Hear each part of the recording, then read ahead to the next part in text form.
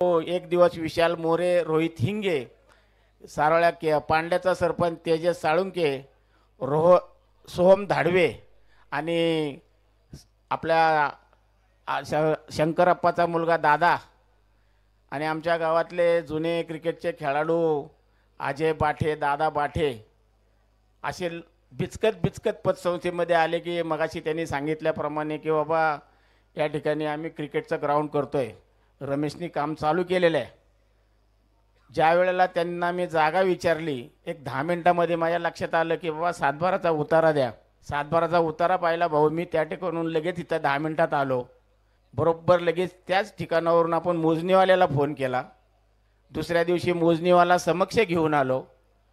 त्या दिवशी आर्किटेक्टला फोन केला, आर्किटेक्टला तिसऱ्या दिवशी घेऊन आलो।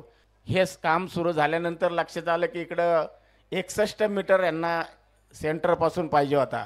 61 मीटर कधी डोक्यात आले नाहीत, फूट कधी मोजले नाहीत, परंतु हातात घेतलेलं काम शेवटाला लावण्याची भावना मनात असल्यामुळे हे ग्राउंड झालेलं आहे। आणि त्याच्यामधून एकच मला आनंद होतोय की या ठिकाणी हे एकट्या आजचे सामने नाही तर पूर्व विभाग किंबहुना अख्ख्या तालुक्याला पिढ्यानं पिढ्या या ठिकाणी घडणार आहेत, त्याचा मला वेगळा आनंद आहे।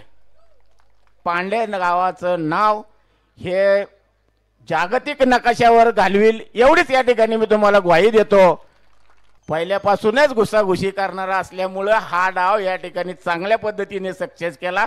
तुमच्या सर्व विजेत्यांचं, उपविजेत्यांचं, सर्वांचं या ठिकाणी अभिनंदन करतो।